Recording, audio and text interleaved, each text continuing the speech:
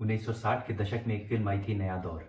इस फ़िल्म का जो कथानक था, वो मैन वर्सेस मशीन्स पे बेस्ड था और ये समय से काफ़ी आगे की एक सोच थी।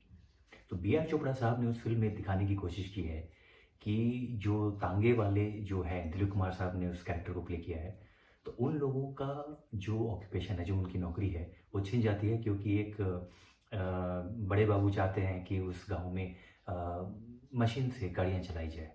तो इस फ़िल्म को काफ़ी बहुत ही संवेदनशीलता के साथ उस कथानक को दिखाया गया है। हालाँकि बाद में चल के तो व्हीकल्स ही हर जगह दिखने लगे। लेकिन उस समय जिस समय ये नई-नई आ रही थी, तो ये फ़िल्म को बताने का एक तरीका था कि शायद हमारा समाज इसके लिए तैयार नहीं है। और ये कहानी में इस चीज़ को बताने का प्रयास किया गया कि आप मशीन भी चलाएँ और जो जो यहाँ पे जो बुनियादी चीज़ें हैं, जिससे इस गाँव में लोगों का जीवन यापन होता है सालों से, वो भी साथ चल सकता है और मशीन और पुराने और नए ज़माने के बीच एक सामंजस्य बैठ सकता है। लेकिन आज चूँकि हमें ये लगता है कि गाड़ियाँ तो चलती हैं, हर जगह चलनी ही चाहिए। उस समय के लिए एक बहुत नई बात थी और शायद उस समय के लिए हम तैयार नहीं थे। तो इस फ़िल्म में बहुत ही अच्छे तरीके से बी आर चोपड़ा साहब ने दिखाया है कि हालाँकि ये आवश्यक नहीं है, ऐसा नहीं कहा जा रहा है, लेकिन ये तैयार नहीं है। समाज जो था, वो जो गाँव है जिसकी कहानी है वो गाँव उस समय तैयार नहीं था मशीन के लिए और थोड़ा-सा उसमें एक एक अंडरस्टैंडिंग चाहिए थी, जो कि जो जीवन ने जिसका रोल किया है जो साहब का, वो उस मूड में नहीं थे कि वो गाँव वाले से बात करें और उन्हें समझाएँ। वो कह रहे थे कि हम नई तरक्की की ओर ले जा रहे हैं और पूरा दुनिया बदल रहा है, तो मशीन की तरफ मुड़ना पड़ेगा। आज आर्टिफ़िशियल इंटेलिजेंस, मशीन लर्निंग में जितनी एडवांसमेंट हुई है, हो सकता है कि आने वाले समय में ये एक एक्सेप्टेड नॉर्म हो।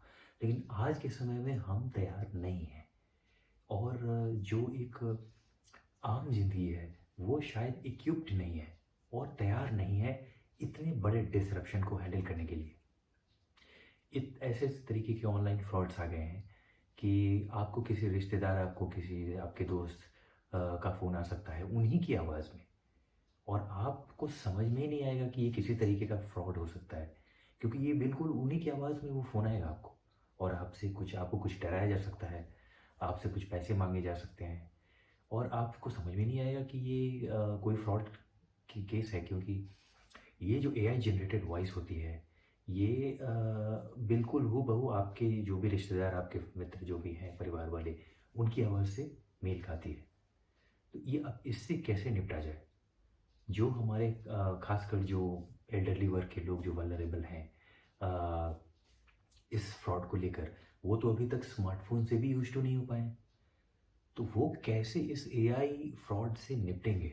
और भारत की टियर 2 सिटीज़, टियर 3 सिटीज़, छोटे-छोटे गाँव में लोग कैसे इसका सामना कर पाएँगे? इसका किसी के पास कोई जवाब नहीं है। सरकारें ये कहती हैं कि हाँ, पोर्टल है cybercrime.gov.in पे आप रिक्वेस्ट रेज़ कीजिए या फिर 1930 पे आप कॉल करके रिपोर्ट कर सकते हैं।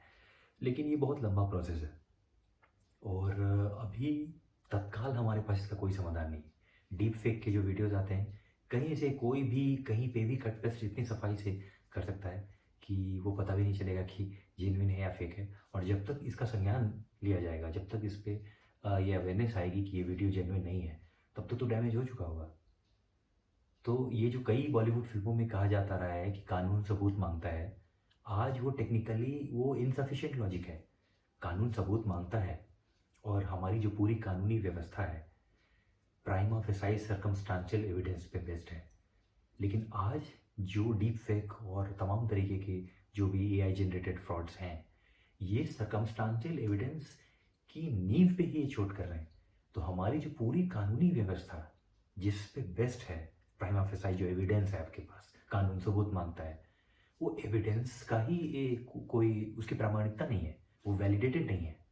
जो सर्कमस्टेंशियल एविडेंस है that itself is not validated today और आप 1930 पे कॉल करेंगे जब तक आपको समझ में आएगा कि ये जेन्युइन है या फेक है, तब तक डैमेज हो चुका होगा। तो इस पे हम समाज के रूप में कितने तैयार हैं, ये हम सब लोगों को समझना पड़ेगा और शायद जो बड़े-बड़े दुनिया भर के इंजीनियर्स हैं, मशीन लर्निंग में एल्गोरिथम्स बनाकर वो तो निकल जाएँगे और जो प्रोडक्ट के रूप में जो आता है मार्केट में, वो तो ग्लोबलाइज़ेशन के नाम पे पूरी दुनिया में धकेल दिया जाता है।